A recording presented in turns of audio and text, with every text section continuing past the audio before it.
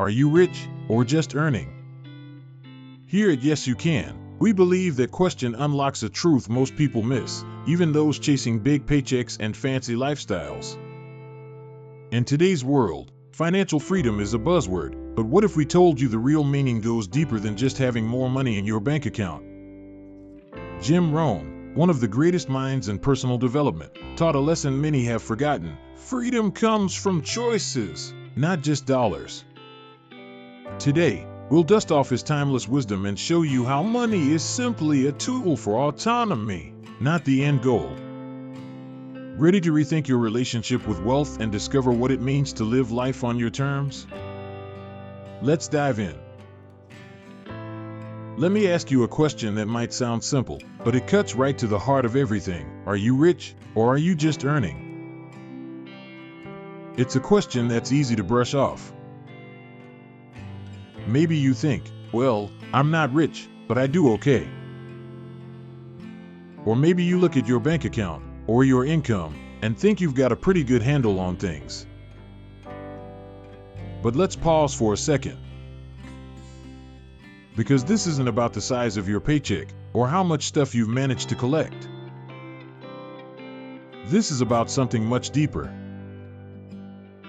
And it's an idea that Jim Rohn, one of the wisest voices in personal development, understood long before it became a trend.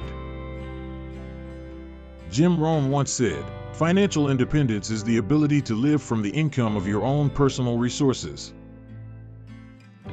That's one of those quotes that sounds simple on the surface, but the more you think about it, the more it challenges you. Because it asks us to rethink what wealth really means. Is it just about how much money you have sitting in your account? Or is it something more?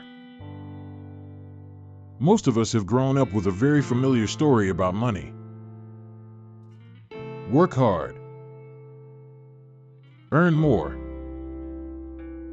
Buy a bigger house, a newer car, better things. The world is constantly telling us that more is better. That success looks like accumulation, adding up numbers, collecting possessions. We see people on social media, or on TV, living these picture-perfect lives, and it's easy to believe that wealth is about having more than you did last year. But I want you to pause, just for a moment, and consider, is that really true? Because if we're honest, all this chasing, this endless pursuit of more, doesn't always make us feel free. In fact, sometimes, it makes us feel trapped. We run harder, work longer, and yet, the finish line keeps moving. The goalpost of enough gets pushed further away. And at some point, most of us have to wonder, what's the point of it all? This is where Jim Rohn's insight comes in, an insight that's easy to overlook in a world obsessed with accumulation. He said, essentially, that financial freedom isn't about having more, it's about being able to choose. It's about autonomy. It's about the ability to decide what your days look like, who you spend your time with, which projects you work on, how you care for yourself and the people you love. Let that sink in for a moment. Freedom isn't measured by your net worth, but by your sense of autonomy. Can you call the shots in your own life, or do you always feel like someone or something else is in charge? Because no matter how big your paycheck is, if you can't say no to things that drain you, or yes to things that light you up, are you truly free? Think back for a moment. Have you ever met someone who earned a huge income, maybe 6 or 7 figures, but seemed exhausted all the time? Maybe their schedule was packed from morning till night. Maybe they had no time for their family, their health, or even a quiet moment to themselves. On paper, they looked wealthy. But if you asked them, "Are you free?" what do you think they'd say? On the other hand, you might know someone who earns a modest income, but lives within their means, has time for the things that matter, and walks through life with a sense of calm and confidence. They might not have the flashiest car or the biggest house, but they seem genuinely content, maybe even fulfilled. What's the difference? Jim Rohn would say, the real difference is autonomy. The ability to choose, to live life on your own terms. To not be beholden to a paycheck, or a boss, or a lifestyle you can't escape from. It's a subtle shift, but it changes everything. So let's challenge the story we've been told about wealth. Let's stop thinking about it as a race for more, and start thinking about it as a quest for freedom. Because real wealth isn't about stacking up dollars, it's about structuring your life in a way that gives you space, options, and peace of mind. That doesn't mean money doesn't matter. Of course it does. Money is a tool. It can open doors, solve problems, give you security. But what Jim Rohn is teaching us is that money, by itself, isn't the goal. The goal is what money can enable, choice. You might be listening right now and thinking, that sounds nice, but I still have bills to pay. I can't just ignore my income. And you're absolutely right. This isn't about pretending money doesn't matter, or that you don't need it. It's about not letting money, or the pursuit of it, become your master. It's about remembering that every dollar you earn is only as valuable as the space it creates for you. The space to think, to rest, to love, to create, to live. So if you've ever felt like you're on a treadmill, running faster but staying in the same place, this is your invitation to step off, just for a moment, and reflect. Are you building a life that allows you to choose? Or are you collecting things that keep you tethered to a cycle you can't break? It's not an easy question. And it's not one that most of us are used to asking. But it's the question that sits at the heart of real financial independence. True wealth isn't the number in your bank account. It's the number of choices you're free to make. It's waking up in the morning and feeling like you get to design your own day, not just react to demands. It's knowing you can walk away from things that don't serve you, and say yes to what matters most. This idea, as simple as it is, can be pretty radical. Because it forces us to look past the surface-level signs of success. It asks us to look inside. To ask, what do I actually want from my life? What does freedom really mean to me? Maybe, for you, freedom means having more time with your kids. Or being able to travel, or create art, or serve your community. Maybe it's about health, or peace of mind, or the ability to give generously. Whatever it is, it probably isn't just about accumulating more money for the sake of it. It's about what that money makes possible.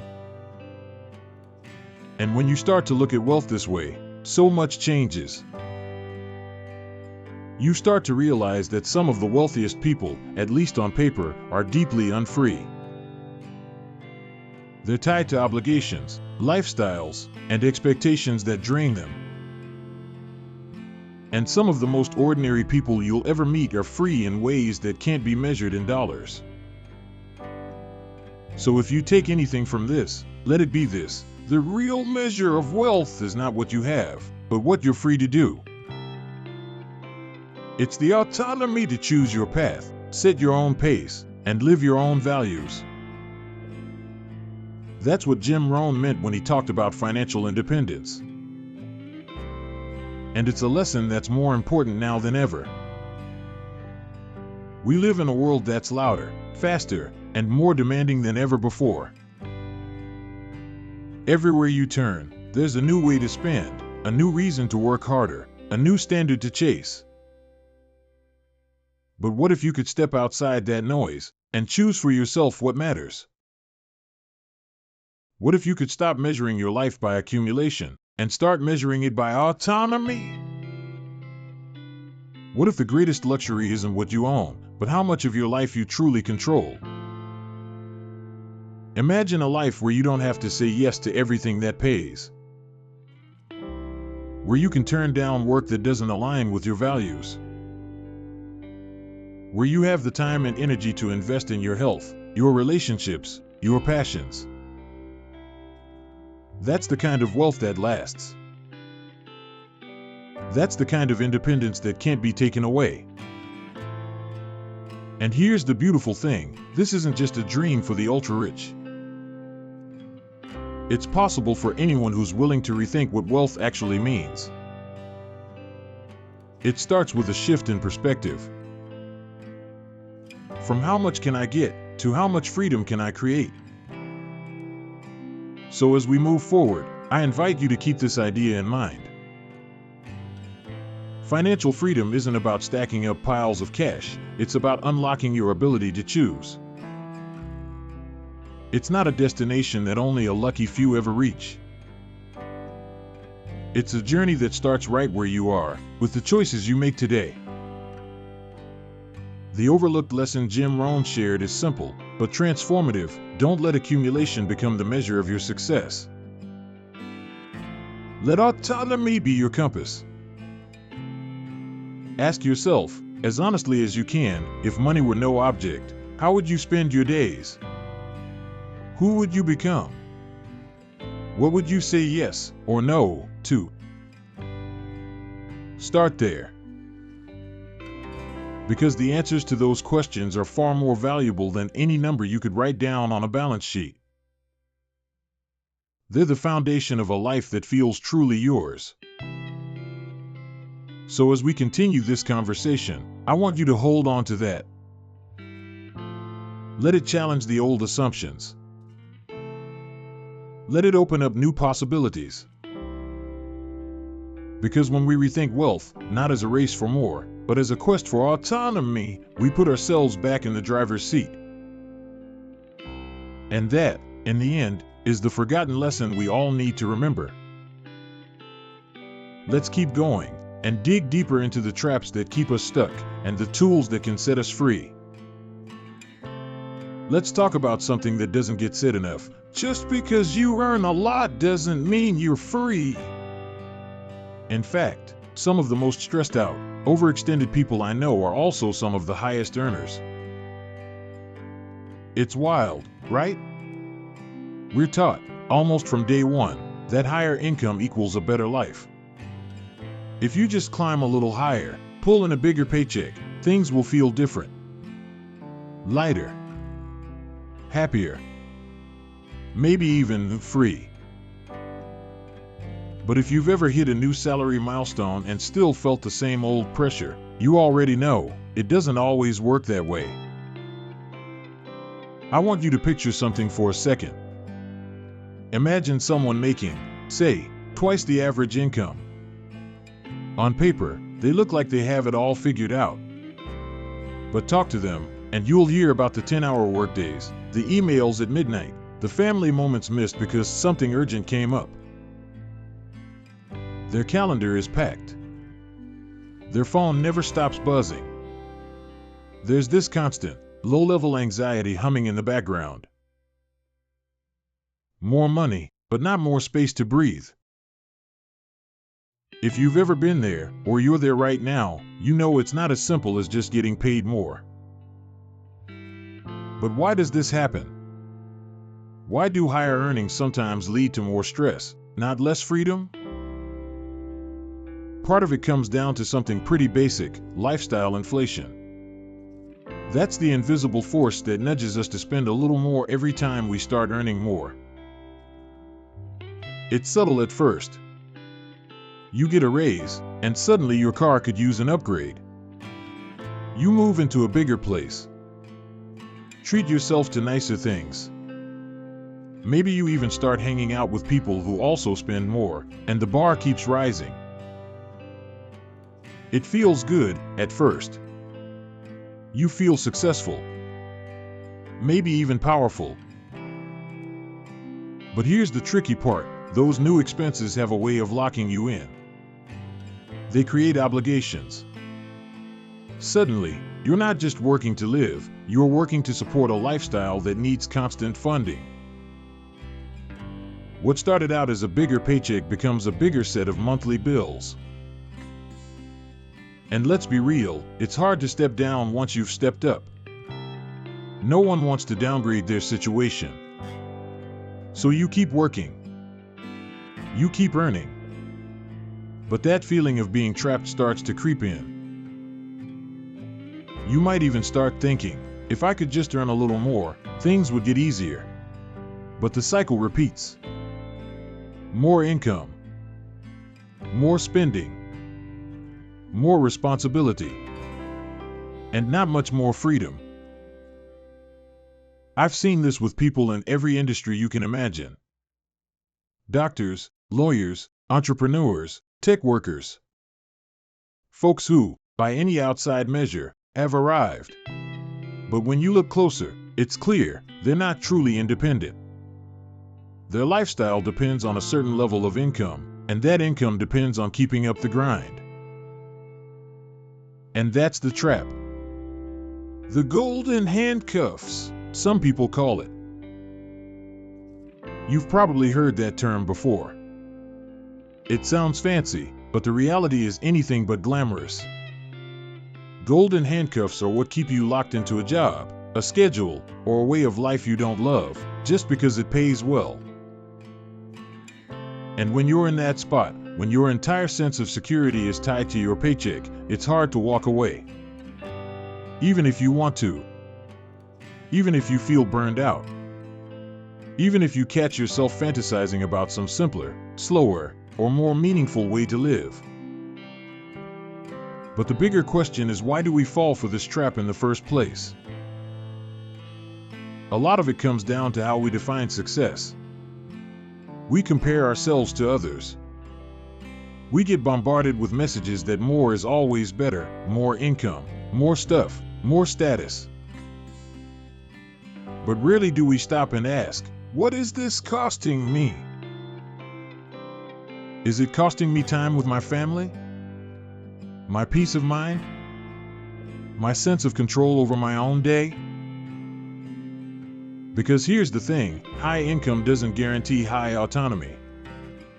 Earning power and freedom are two totally different currencies. You can be rich in one and broke in the other. It doesn't matter if you're making 6 figures, or even 7, if every dollar you earn goes right back out the door to fund a lifestyle that you don't even love anymore. And if you're honest, you might realize the freedom you crave isn't somewhere up ahead on your career ladder, it's in the choices you make about how to live. Let me tell you a quick story that's always stuck with me. There was a guy I met at a conference a few years ago. Super successful on paper. High-powered job, nice car, gorgeous house. But I remember him saying, almost under his breath, sometimes I wish I could just walk away and take a year off. Travel. Read. See my kids more. But I can't. Everything would fall apart. And that hit me. Here was someone who'd won by so many of society's standards, but he didn't feel free. He felt stuck. He was earning well, but he wasn't living well. And he's not alone. So many of us are taught to focus on income as the ultimate goal. But when your sense of success is tied only to what you earn, it's easy to end up on a treadmill you can't step off. The treadmill just goes faster and faster. You might even fall into the trap of thinking you're just one more promotion away from relief.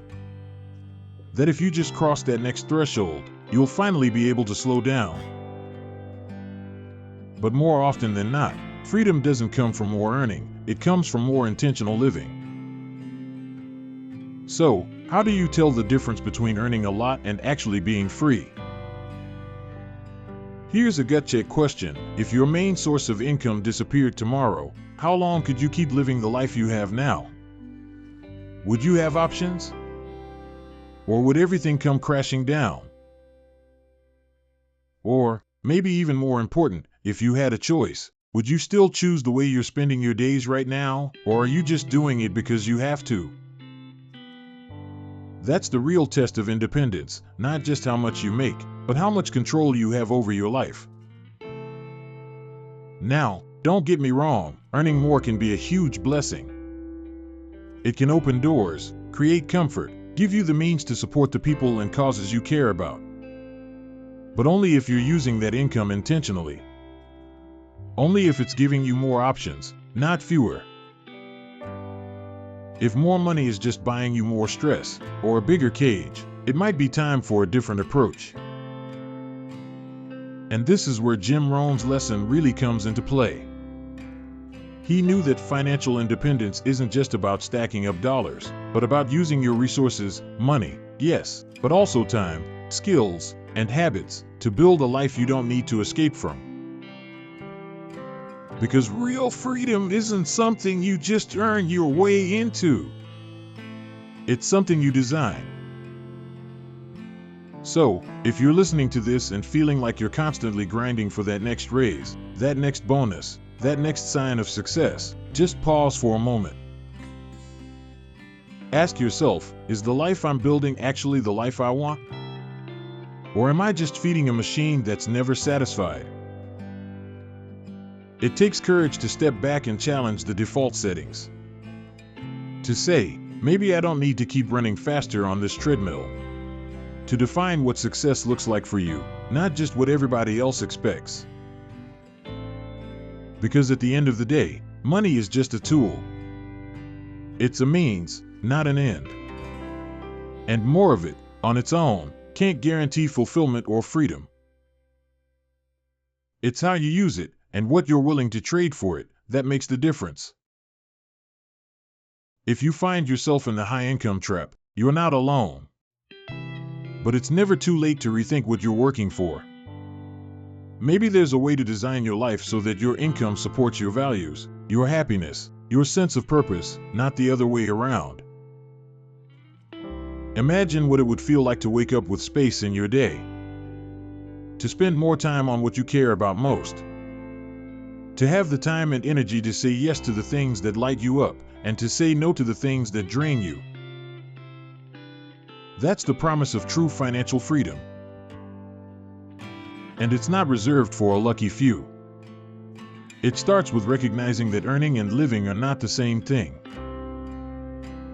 You can choose to step off the treadmill, even if it's just one small step at a time. Maybe it means living a little simpler, so you can work a little less. Or being more intentional about where your money goes, so you're not trapped by your own expenses. The key is to remember that money is supposed to serve you, not the other way around.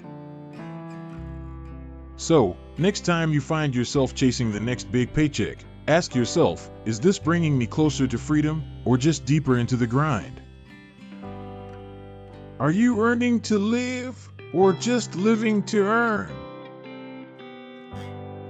It's a subtle shift, but it changes everything. When you focus on building a life that matches your values, your time, your relationships, not just your income, you start to reclaim your autonomy. You start to see opportunities where before you only saw obligations. You start to remember that your life is yours to design. And that's the first step to moving beyond the trap of high income and into a way of living that actually feels free. So as we move forward, let's dig deeper into the resources that really create independence, beyond just money.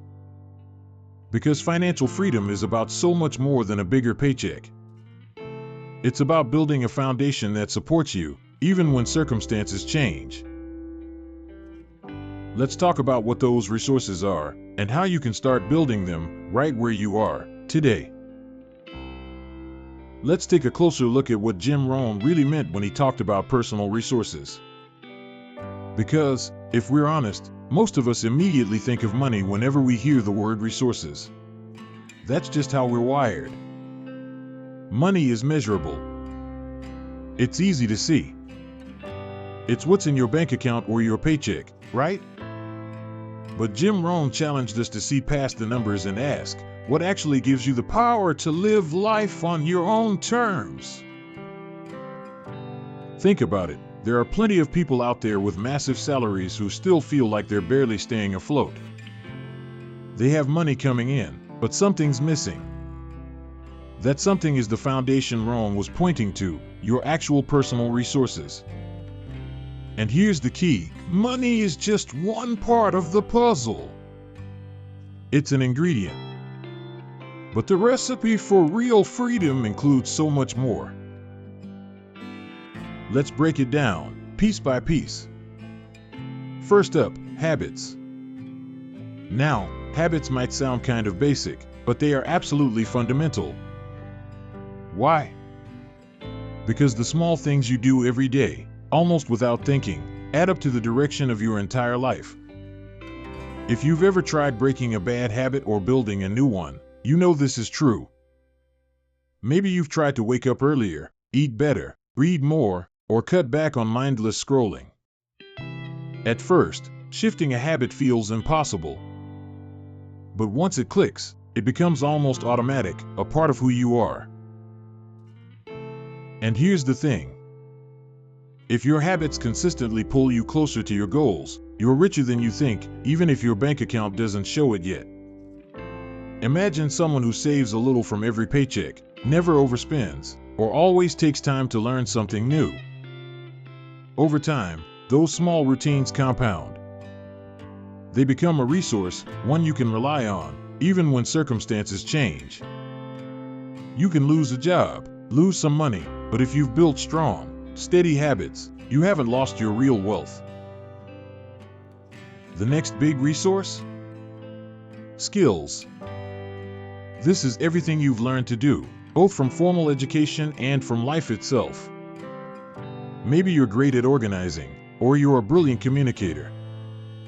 Maybe you can solve problems under pressure, or you've taught yourself to code, or cook, or fix things around the house. These skills are like having a secret toolkit that no one can take away from you. Jobs come and go. Markets shift. But your skills stay with you. They travel with you wherever you go. And here's a little secret. You don't need a college degree or a fancy title for your skills to have value. Everyday abilities, like listening well or knowing how to motivate yourself, are just as powerful. The more you invest in skills, the more doors you can open for yourself. If you've ever had to pivot, change careers, start a side hustle, or even just take on new responsibilities, your skills are what let you do that. They're your safety net and, often, your springboard. You can always build more, too. That's the beauty of it. Every bit of effort you put into learning or practicing stacks up. It gives you options. And options, over time, are what freedom is all about. Now, let's talk about mindset. This one might feel a little less tangible, but it's probably the most important resource of them all. Mindset is the way you see the world, the stories you tell yourself, and the beliefs you hold about what's possible. If you see obstacles as dead ends, you're going to feel stuck, no matter how much money you have. But if you see challenges as chances to grow, to figure something out, suddenly you're not trapped anymore. You're in motion. You're learning. You're adapting. Think about the people you admire most. Chances are, it's not just what they've achieved, it's how they think. Some people are just naturally optimistic or gritty, but mindset is something you can build, too. You can train yourself to pause before reacting, to look for solutions instead of problems, to forgive yourself for mistakes and keep going anyway. These mental habits, resilience, curiosity, gratitude, are all parts of your personal resources. When your mindset is strong, setbacks don't stop you. They teach you. They bring you clarity. And over time, this becomes a kind of emotional wealth that nobody can ever tax or take away. Let's add decision-making to the list. This is one resource almost nobody talks about until it's too late. Your ability to make sound decisions, big or small, shapes your entire life. Maybe it's the decision to take a new job, to move somewhere different, to say yes to an opportunity, or, sometimes, to walk away. Every choice carries weight, even the little ones. Over time, those choices line up in a row and point you down a path. The thing is, decision-making isn't just about being smart. It's about being aware. Are you making choices based on fear, or are you acting out of intention? Do you know what you actually want, or are you just following someone else's script? Rohn always said, "It's not what happens that determines your future. It's what you do about what happens." The power to choose, to pause, reflect, and act is a resource that compounds over a lifetime. No amount of money can replace the freedom that good decisions bring. Let's pause for a second and tie these ideas together. When Rohn talked about personal resources, he was giving us a permission slip to step away from constant comparison and to focus on building assets that last. It's easy to envy someone's car, or house, or job title. But those things can disappear. What really matters is what's left when the noise dies down: your habits, your skills, your mindset, your judgment. Those are the roots of real independence. Sure, money matters. We can't pretend it doesn't. But ask yourself, what's money for? At the end of the day, it's a tool, one you can use wisely or foolishly, just like any other resource. Without strong habits, skills, mindset, and decision-making, money slips through your fingers. But when you have those inner foundations in place, every dollar goes further. You know when to spend, when to save, and, just as importantly, when to walk away. Let's make this personal, because it is. How would your daily life look different if you saw your habits as part of your wealth? What if you invested in learning something new, just as intentionally as you invest money? What if, instead of chasing a higher salary, you doubled down on building a mindset that sees opportunities instead of dead ends? Picture yourself a year from now, or even 5 years. What habits would you need to sustain the kind of life you dream about? Do you need to become more disciplined with your time, or more patient with yourself? What skills would unlock the doors you're knocking on right now?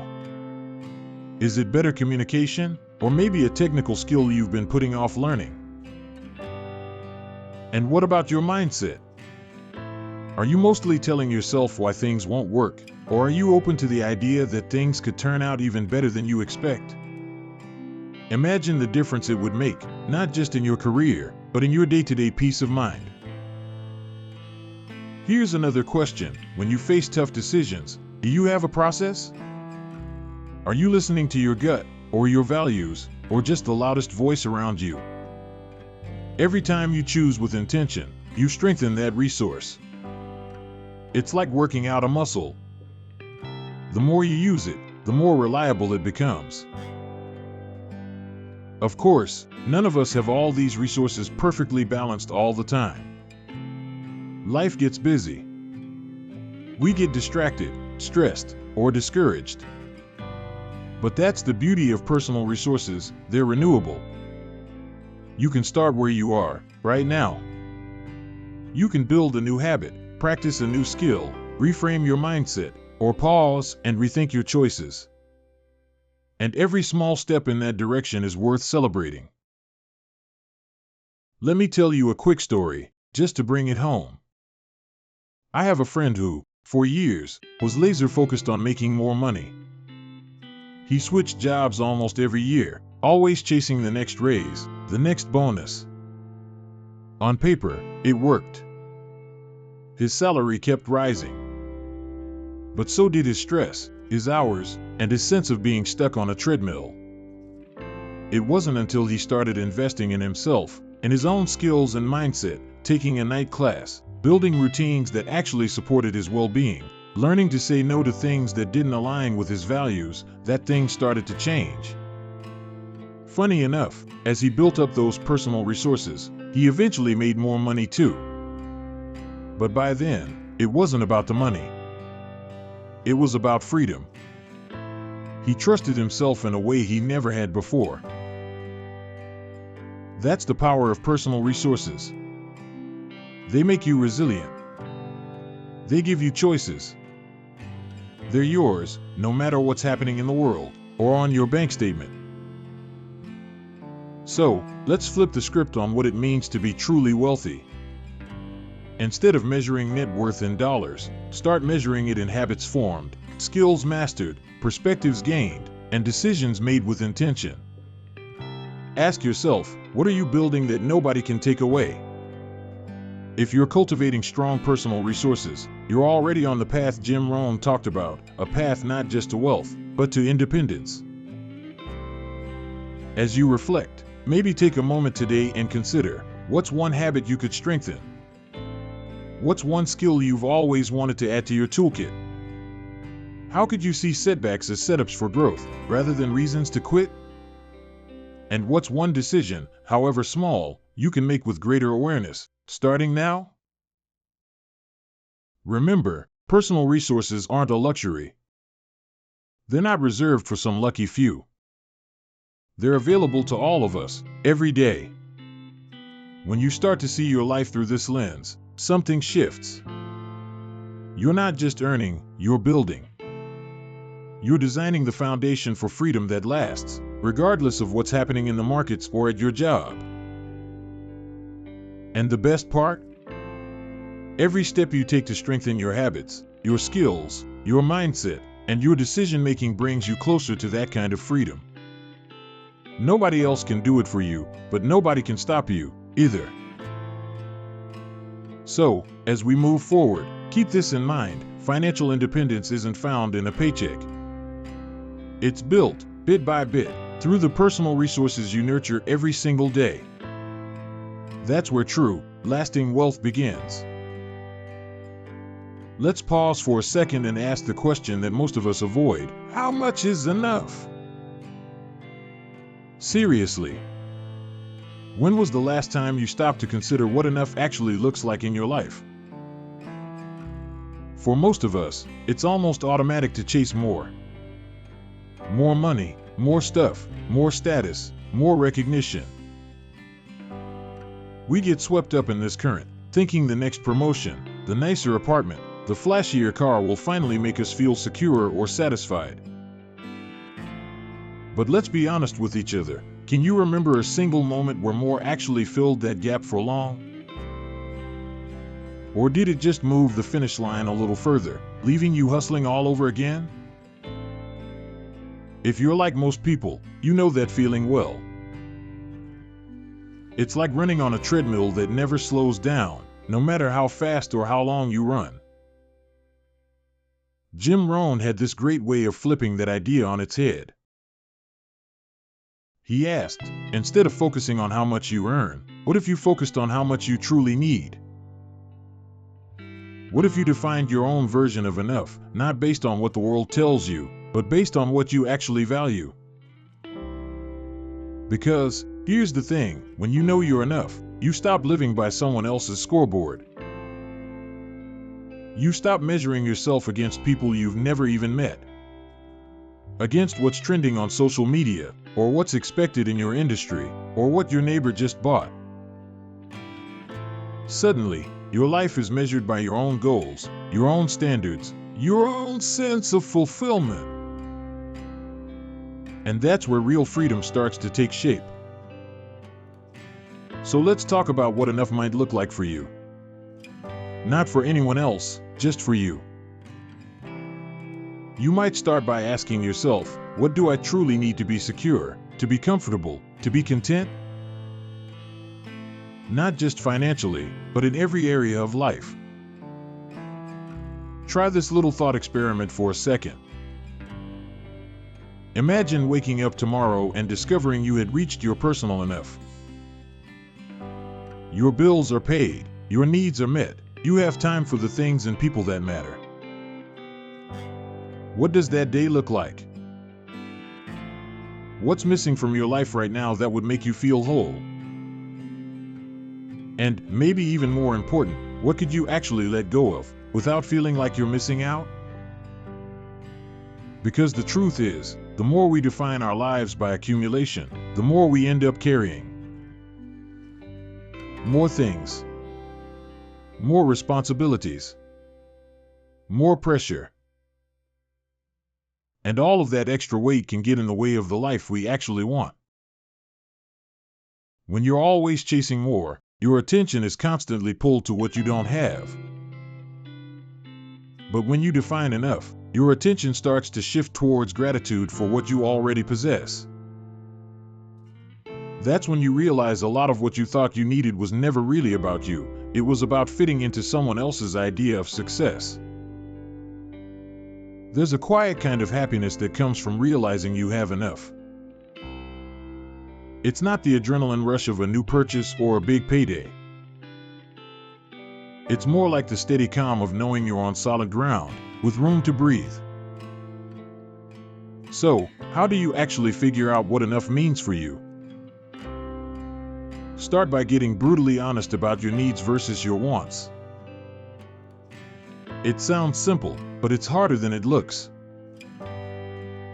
We live in a world that's brilliant at convincing us our wants are actually needs. Take a moment and make two lists. One for genuine needs, the essentials, the stuff you can't really live well without. And one for wants, the nice-to-haves, the upgrades, the things that add some comfort but aren't truly necessary. Be honest with yourself. Sometimes our wants sneak onto the needs list without us noticing. For example, you need shelter, but do you need the biggest house on the block? You need transportation, but do you need the latest model, or just something reliable? You need food, but how much of what you buy is actually about fuel for your body, versus moments of stress or boredom? The answers will be different for everyone. That's the point. Your enough isn't supposed to look like anyone else's. It's supposed to reflect your life, your values, your priorities. Ask yourself, what do I value most? Is it time with family? Creative freedom? Space to rest and recharge? Opportunities to learn and grow? Once you've put those values on paper, look at how your current habits line up. Are you spending your resources, your money, time, energy on things that actually support those values? Or are you trading them away for things that don't really matter to you? This process isn't about deprivation or guilt. It's about making conscious choices. It's about building a life that feels good on the inside, not just one that looks good from the outside. When you know you're enough, you get to say yes to what matters, and even more importantly, you get to say no to what doesn't. There's a weird kind of power that comes from that. Suddenly, you're not chasing every trend or worrying about keeping up. You're not living in fear of missing out because you're clear on what truly matters to you. You start to notice the freedom that comes from needing less, not more. Think about the hours of your life you might get back if you weren't working overtime to afford things you never really wanted in the first place. Think about the peace that could settle in if you weren't measuring your happiness by someone else's yardstick. Defining your enough isn't just about money, either. It's about energy. It's about attention. It's about making sure that you have enough of yourself left for the things that light you up. If you're pouring yourself into work, or obligations, or even relationships that leave you drained, ask yourself, what could you do differently? What boundaries could you set? What commitments could you let go of, even just a little, to make room for what actually energizes you? Maybe it's as simple as blocking out an hour for yourself. Maybe it's skipping a purchase that's more about status than substance. Maybe it's setting a goal to leave work on time, so you can spend evenings with your family or just with yourself. Little by little, these choices start to add up. They send a message, not just to the world, but to yourself. I get to choose what enough means for me. Let's talk about another trap that keeps us from finding our enough: comparison. We scroll through social media and see people showing off their latest achievements, their vacations, their perfect-looking lives. But here's the secret: so much of that is just the highlight reel. You're seeing someone's best moments, not their whole story. If you're always letting other people set your standards, you will never find peace. You'll always be chasing, always coming up short. But if you can learn to turn down the noise, to really listen to your own inner compass, you'll find you're enough much closer than you think. So, let's make this practical. What's something you can do this week to move closer to your enough? Maybe you sit down with your bank statement and ask, what expenses actually bring me joy or meaning? Maybe you make a list of the top 3 values you want your life to reflect, and then ask yourself how you're spending your resources to support those values. Maybe you just give yourself permission to say, I have enough for today. There's nothing wrong with ambition. There's nothing wrong with wanting to improve your situation or build something new.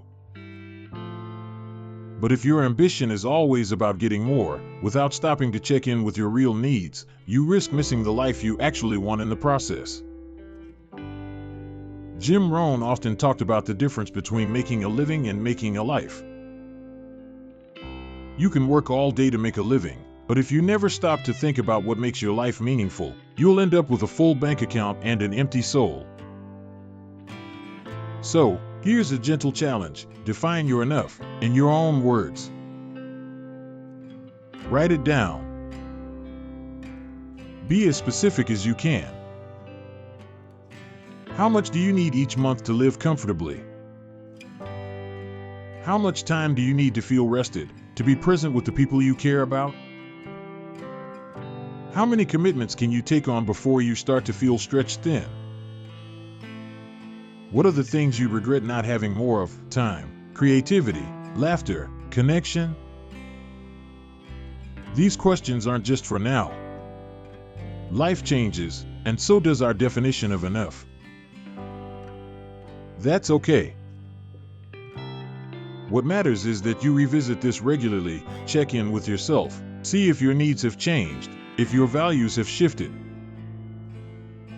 Give yourself permission to adjust the target.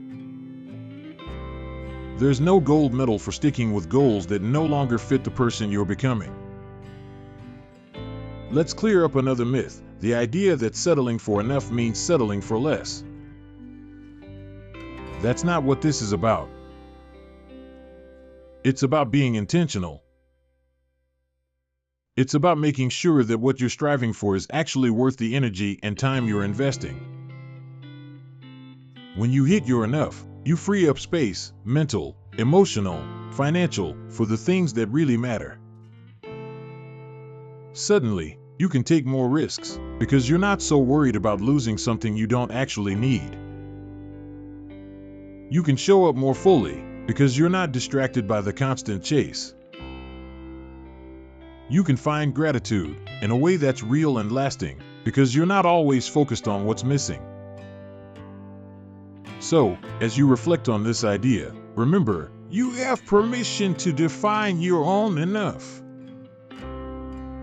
You have permission to step off the treadmill, to stop measuring yourself by other people's standards.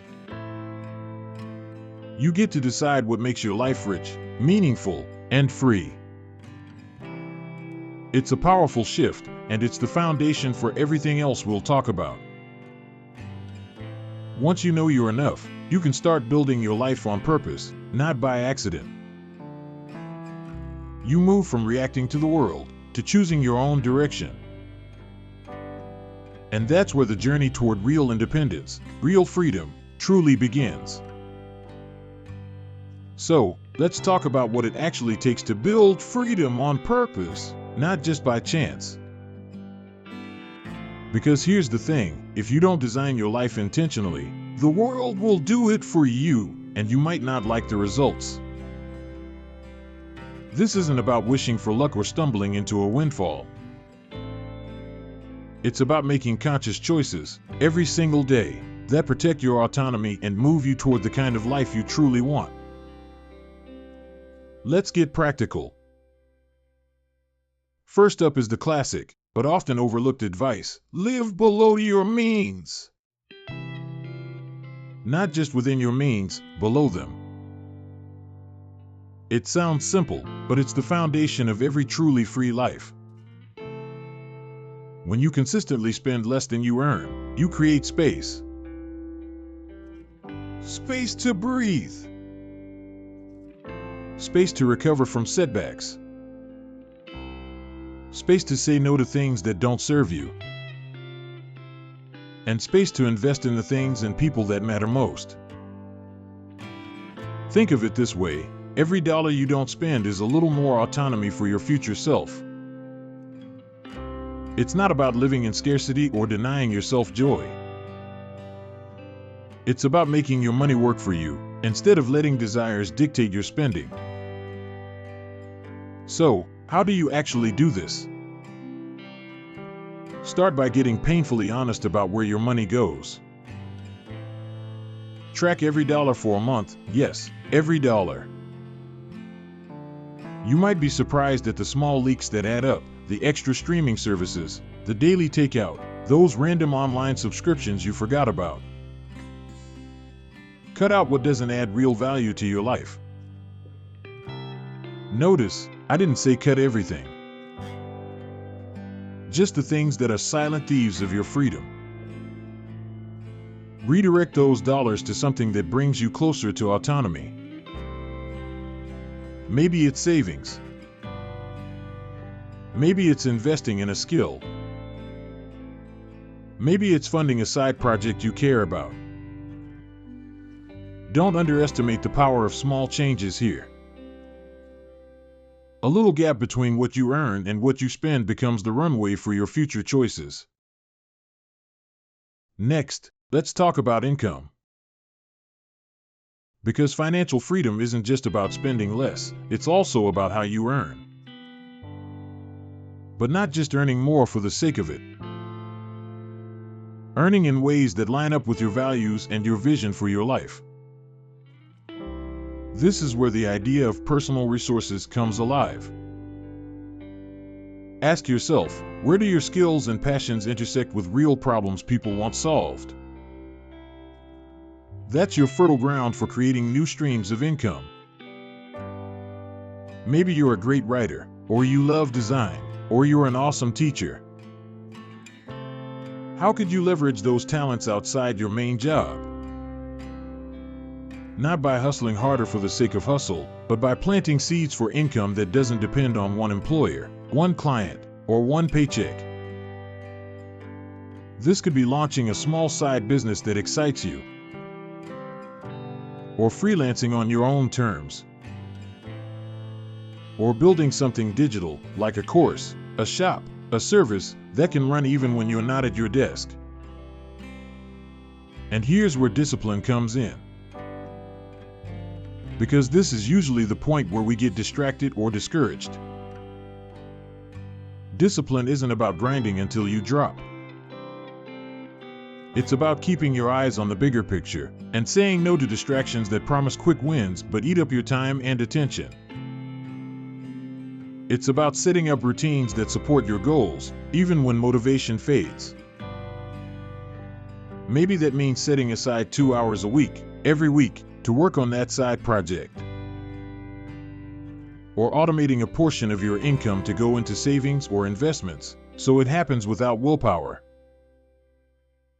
or committing to learning one new thing each month that moves you closer to self-reliance. Discipline is the quiet backbone of freedom.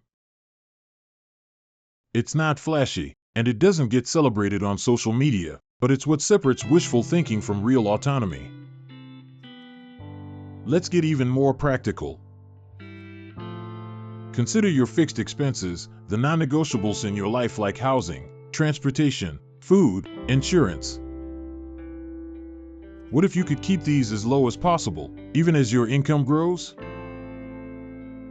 Lifestyle inflation, the urge to upgrade everything as soon as you earn more, is one of the biggest threats to your freedom. It's so tempting, isn't it? You get a raise, and suddenly a bigger apartment or a new car seems justified. But every upgrade locks you in a little bit more. You have to keep earning at that higher level just to maintain the new normal. Instead, what if you let your standard of living lag behind your growing income? If you keep your core expenses steady while your earnings increase, the gap between the two becomes real freedom. That's extra savings, extra investment, and extra options for future you to do something different if you ever want or need to. Another practical step, build up a freedom fund. This isn't just a rainy day fund for emergencies. Think of it as a stash that buys you time and choice. Enough to cover a few months of living expenses, so you're never stuck in a toxic job, a bad situation, or a place that makes you feel small. When you have that cushion, you're not desperate. You can negotiate, walk away, or take a leap without fear. And the mental freedom that comes from knowing you have options, that's priceless. Now, let's look at how your calendar shapes your autonomy. Because financial independence isn't only about money, it's about time. How much of your day do you actually control? Take an honest look at your schedule. How many hours are truly yours to invest in what matters most to you? If every minute is spoken for by work, by obligations, by things you don't even enjoy, then having more money won't make you feel free. It'll just make you a busier version of trapped. So, experiment with saying no. Block out time in your week that's untouchable, just for you. Maybe it's a 2-hour window on Saturday mornings. Maybe it's your lunch break. Protect it fiercely. Use it for rest, for connection, for learning, or for moving the needle on your long-term projects. Because the discipline to guard your time is just as crucial as the discipline to manage your money. If you want a life by design, your calendar can't be designed by everyone else. Now, here's a question most people forget to ask. Are your income streams aligned with your values? It's easy to chase opportunities that pay well but leave you feeling drained or conflicted. That's not freedom. That's just another kind of trap. So, make it a habit to check in with yourself. Does how you earn support the kind of person you want to become? Does it fit with how you see yourself contributing to the world? If the answer is no, start small. It doesn't mean quitting overnight or burning everything down. But begin the shift, find projects, roles, or clients that reflect what matters to you. Little by little, let your work and your values get closer. Even a small step in this direction can change how you feel about your day-to-day life. It's also important to remember, freedom is personal. There's no single blueprint. The steps might look different for each of us, depending on where we are and what we want.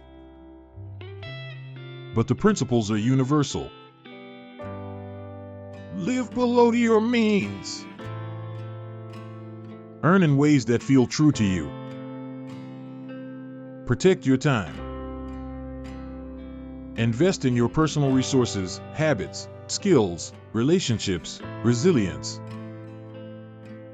And use discipline, not luck, to stitch these habits into your daily life.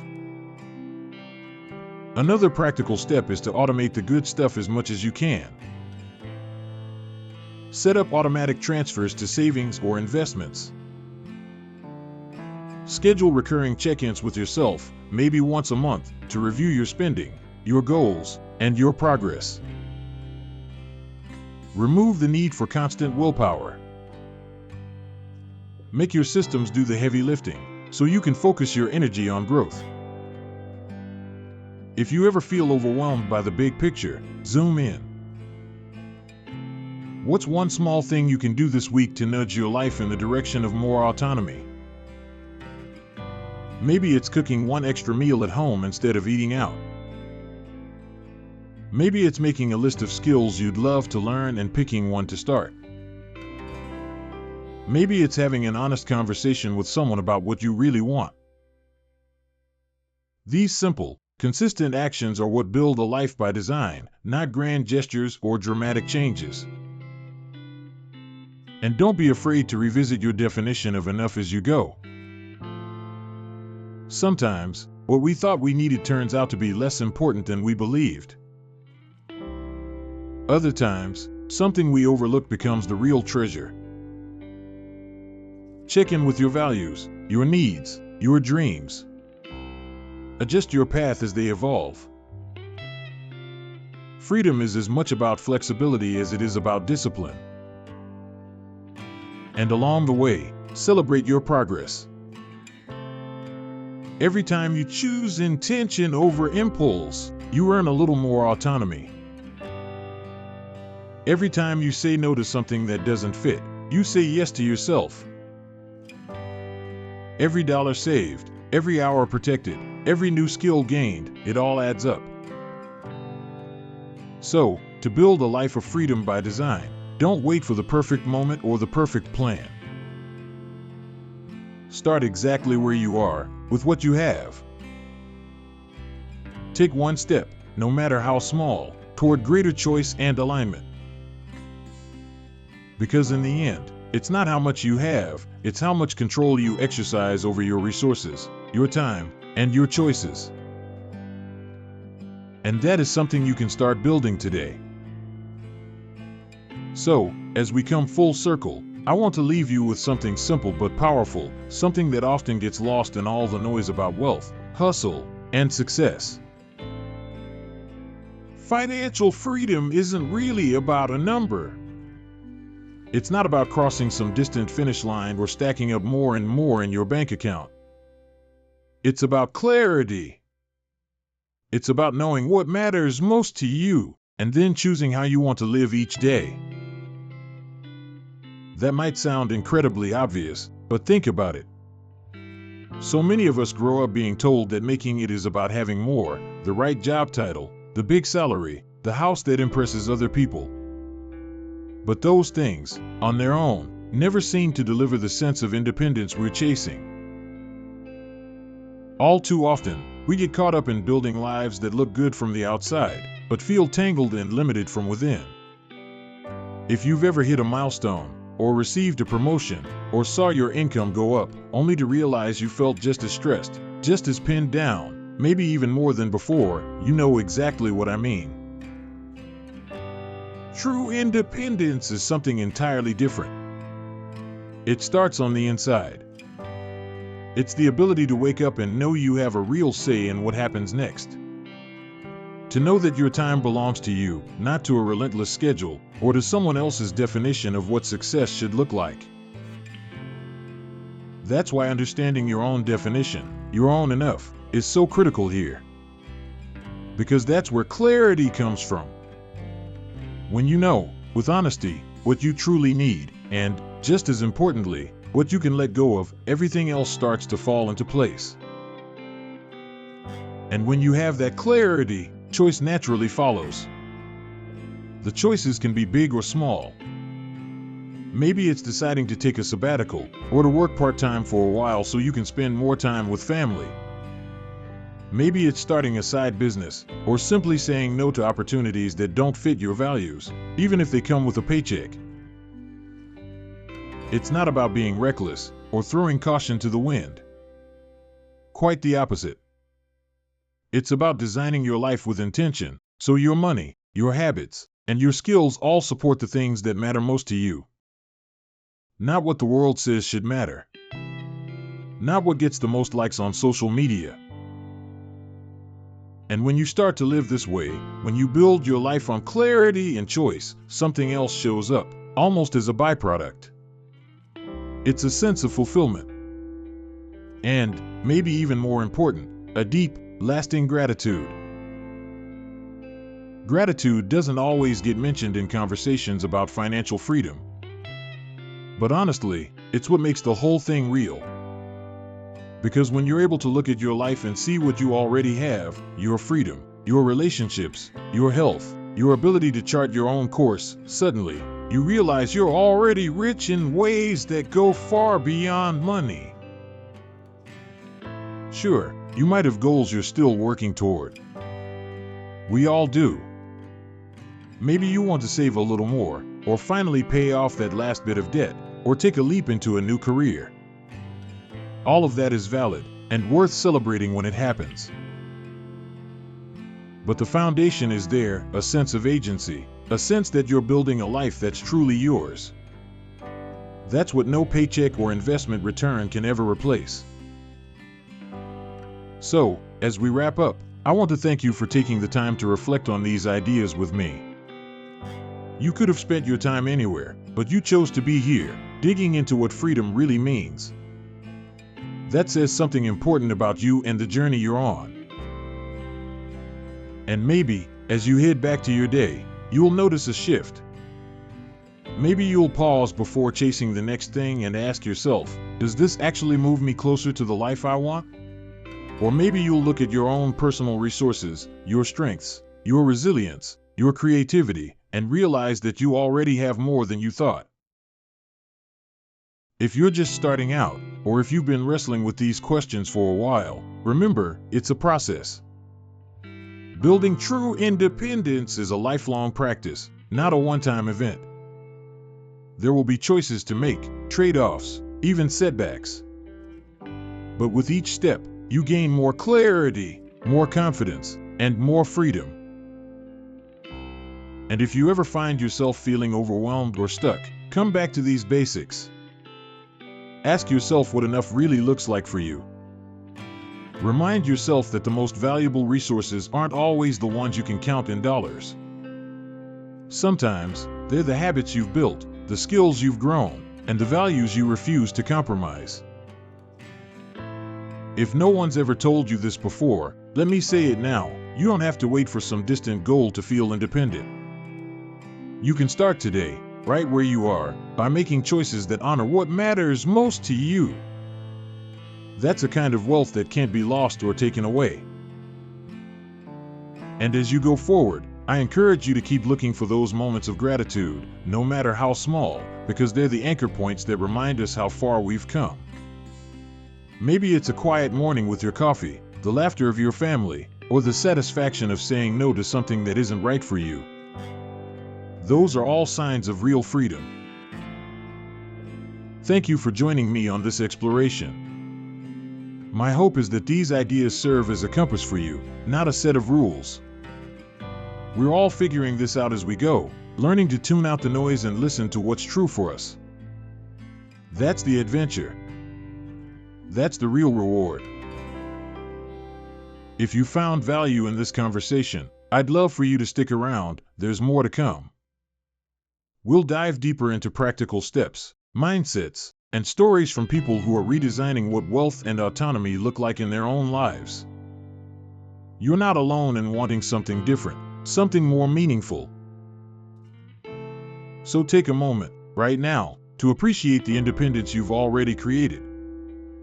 However small it might seem, it's real. It's yours. And it can grow from here. Thanks again for being here, for questioning, for being open to new ways of thinking. If you're ready to keep exploring, I hope you'll join me next time. Until then, keep seeking clarity, keep making choices that feel right in your bones, and keep building a life that reflects your own definition of fulfillment. Here's to living on your own terms.